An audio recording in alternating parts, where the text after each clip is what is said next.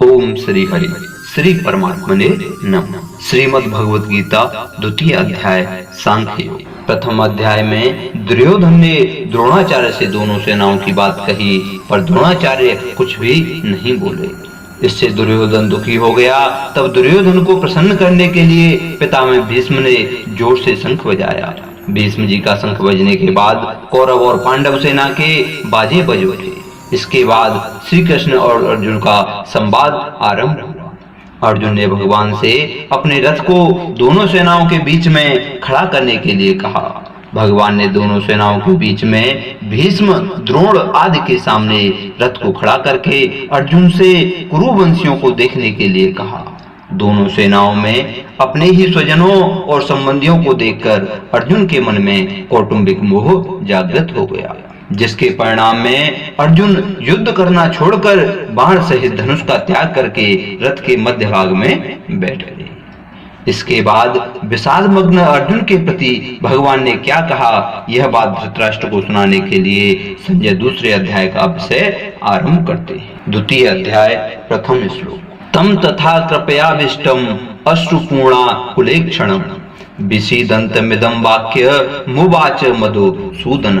संजय बोले, उस प्रकार करुणा से व्याप्त और आंसुओं से पूर्ण तथा व्याकुल नेत्रों वाले शोक युक्त उस अर्जुन के प्रति भगवान मधुसूदन इस प्रकार बोले। कुतस्त्वाकसमलमिदं विषमे समुपस्थितम् अनार्यजुष्टम स्वर्गीय मकीर्ति करमर्जुन क्लैब्यं मा इसमगमः पार्थ ने तत्त्वयुपपद्यते क्षुद्रम हृदय दौर्बल्यम त्यक्तोत्तिष्ठं परं तप।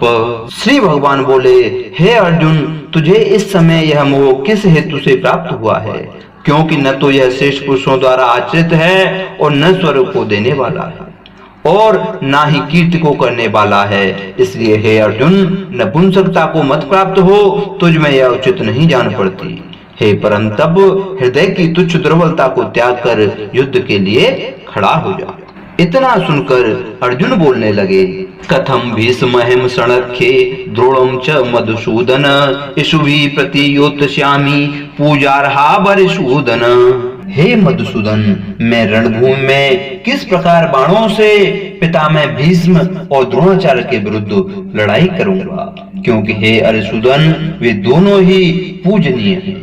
गुरून् हत्वा हि महानुभावान् श्रेयो भोक्तुं भैक्ष्यमपीह लोके हत्वार्थ कामास्तु गुरुनिहैव भुज्य भोगान् रुधिर प्रदिग्धान्।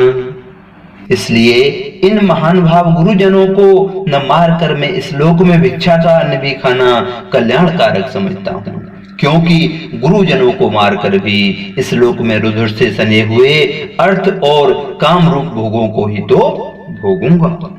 न च्वेतदुध्यः कतरन्नो गरियो यद्वा जयेम यदि बानो जयेयु यानेव हत्वा न जिजीविषाम स्ते अवस्थिताः प्रमुखे धार्तराष्ट्रा।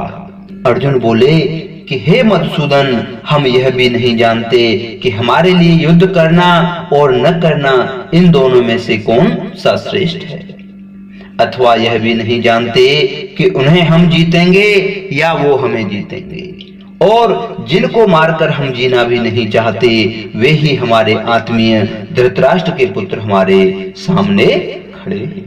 कार्पण्य दोषो पहत स्वभावः प्रक्षामि त्वाम धर्म समूढ़ चेता यच्छ्रेयः स्यान्निश्चितं ब्रूहि तन्मे शिष्यस्ते अहम साधि माम त्वाम प्रपन्नम। कायरता रूप दोष से तिरस्कृत स्वभाव वाला और धर्म के विषय में मोहित अंतःकरण वाला मैं आपसे पूछता हूँ कि जो निश्चित कल्याण करने वाली बात हो वह मेरे लिए कहिए। मैं आपका शिष्य हूँ, आपके शरण हुए मुझे शिक्षा दीजिए।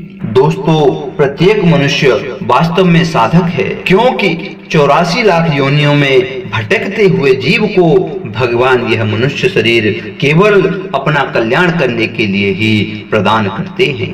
इसलिए किसी भी मनुष्य को अपने कल्याण से निराश नहीं होना चाहिए मनुष्य मात्र को परमात्मा प्राप्ति का जन्म सिद्ध अधिकार है। साधक होने के नाते मनुष्य मात्र अपने साध्य को प्राप्त करने में स्वतंत्र, समर्थ, योग्य और अधिकारी है। सबसे पहले इस बात की आवश्यकता है कि मनुष्य अपने उद्देश्य को पहचान कर दृढ़ता पूर्वक यह स्वीकार कर ले कि मैं संसारी नहीं हूँ, प्रत्युत साधक हूँ। मैं स्त्री हूँ, मैं पुरुष हूँ, मैं ब्राह्मण हूँ, मैं क्षत्रिय हूँ, मैं वैश्य हूँ, मैं शूद्र हूँ, मैं ब्रह्मचारी हूँ, मैं गृहस्थ हूँ, मैं वानप्रस्थ हूँ, मैं सन्यासी हूँ। आदि मान्यताएं केवल सांसारिक व्यवहार के लिए तो ठीक हैं, पर परमात्मा प्राप्ति में ये सब बाधक हैं। ये मान्यताएं शरीर को लेकर हैं, परमात्मा प्राप्ति शरीर को नहीं होती, प्रत्युत स्वयं साधक को होती है। साधक स्वयं अशरीरी ही होता है। अर्जुन ने अपने वास्तविक उद्देश्य को पहचान लिया है कि मुझे अपना कल्याण करना है, इसलिए वह युद्ध करने अथवा न करने की बात पूछकर अपने कल्याण का निश्चित उपाय पूछते हैं। ओम श्री हरि श्री परमात्मने नमः। श्रीमद् भगवद गीता श्लोकार्थ सहित अध्याय 2 7वां श्लोक संपूर्ण।